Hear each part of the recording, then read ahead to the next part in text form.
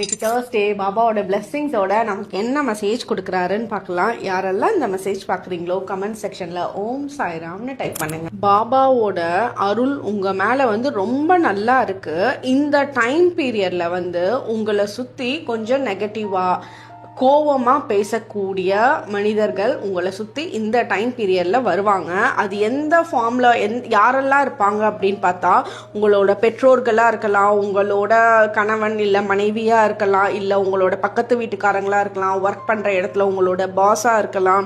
So இவங்கெல்லாம் ஒரு கோவத்தோடு பேசுகிறாங்க அப்படின்னா உங்கள் மேலே அந்த கோவம் கிடையாது அவங்களுக்கு. அதை நீங்கள் ரொம்ப கிளியராக புரிஞ்சுக்கணும்.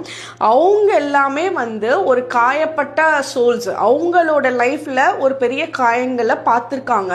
அதுல இருந்து அவங்க ஹீல் ஆகல.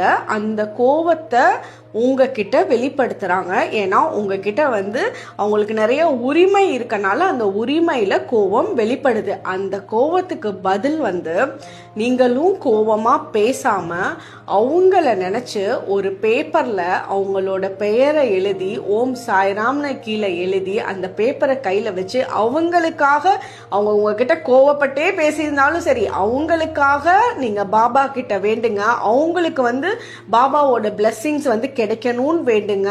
அவங்களுக்கு இருக்க எல்லா பிரச்சனைகளும் பாபாவோட துணியில். இன்னைக்கு தேர்ஸ்டே பாபாவோட பிளெஸ்ஸிங்ஸோட நமக்கு என்ன மெசேஜ் கொடுக்குறாருன்னு பார்க்கலாம். யாரெல்லாம் இந்த மெசேஜ் பார்க்குறீங்களோ கமெண்ட் செக்ஷன்ல ஓம் சாய்ராம்னு டைப் பண்ணுங்க. பாபாவோட அருள் உங்க மேல ரொம்ப நல்லா இருக்கு.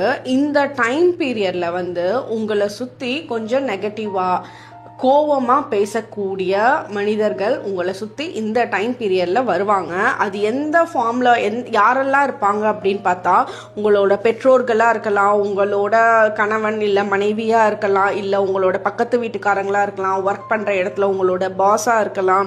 ஸோ இவங்கெல்லாம் ஒரு கோவத்தோடு பேசுகிறாங்க அப்படின்னா உங்கள் மேலே அந்த கோவம் கிடையாது அவங்களுக்கு. அதை நீங்கள் ரொம்ப கிளியராக புரிஞ்சுக்கணும்.